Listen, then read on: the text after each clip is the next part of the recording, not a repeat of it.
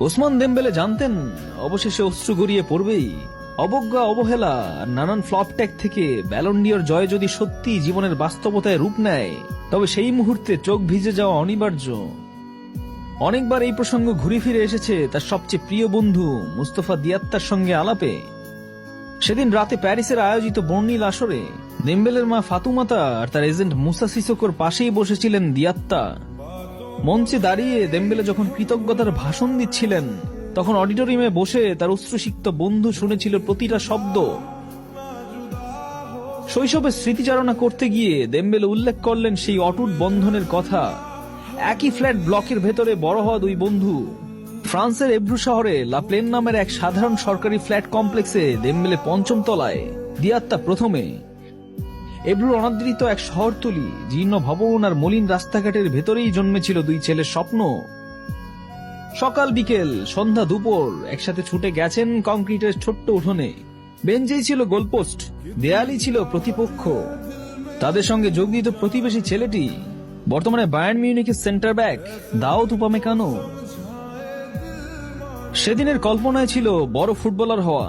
জীবন সেখানে নিয়ে গেছে বিশ্বকাপ জেতা, চ্যাম্পিয়ন্স লিগ কিংবা ব্যালন ডি'রের পূর্ণতার গল্পে।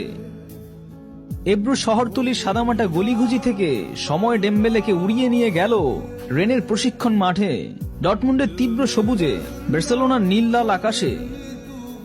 আলো ঝলমলে মঞ্চ, গর্জে ওঠা দর্শক, সবই তার ভাগ্যে এলো। এই পথ চলার আড়ালে এক নীরব চরিত্র সবসময় পাশে রইল, মুস্তফা দিয়াত্তা।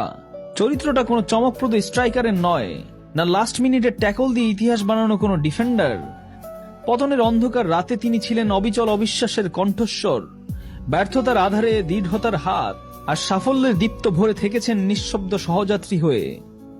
দিয়াত্তা ওসমানের জীবনের ইনভিজিবল প্লেমেকার। মাঠের বাইরে থেকেও অর্কেস্ট্রেট করেছেন স্ট্যাবিলিটি আর হোপ।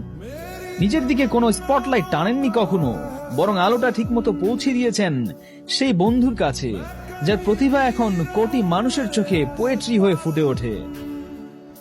ডেমবেলের বায়োগ্রাফি লিখলে শিরোনাম থাকবে তার ড্রিবল, তার থান্ডার স্পিড, তার ম্যাজিক পাস, কিন্তু একটা নীরব ফুটনোটের মতো চিরকাল জ্বলবে মুস্তফা দিয়াত্তা। মাত্র 28 বছর বয়সে ডেমবেলে স্পর্শ করলেন সেই মহিমা ইতিহাসে কেবল কজন ফরাসি ছুঁতে পেরেছেন। রেম কপা, মিশেল প্লাতিনি, জপিয়ের পাপা, জিনেদিন জিদান আর করিম বেনজেমা। তাদের কাঁধারে দাঁড়িয়ে দেমবেলে যখন নতুন অধ্যায়ের সূচনা করলেন, তখন আলোকোজ্জ্বল মঞ্চে দাঁড়িয়ে কণ্ঠ ভারী করে বললেন, এই অর্জন শুধু আমার নয়, মুস্তফারও। অ্যাডিডাস যখন ইউ গট দিস ক্যাম্পেইনে তাদের এব্রুর শৈশবে ফিরিয়ে নিল, তখন গোটা বিশ্ব দেখল বন্ধুত্ব কিভাবে খ্যাতির আলোকে ছাপিয়ে যায়।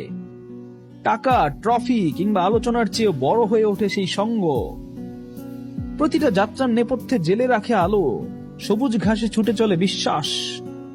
হিমালয়ের পাদদেশ থেকে আন্দাজের চূড়া পর্যন্ত, নীল দানুবের তীরে কিংবা কিয়োটোর মন্দিরের চাতালে, গঙ্গার ঘাটে কিংবা মাচু পিচুর সিঁড়িতে, যেখানে মানুষ একসঙ্গে হাঁটে, সেখানে মাঠের মতোই বন্ধুত্ব এক শাশ্বত প্রতিজ্ঞা হয়ে বাজে, যা কখনো একা ফেলে যায় না। লড়াইগুলো হয়তো ডেমবেলে আর দিয়াত্তার, তবে জয়টা আমাদেরও।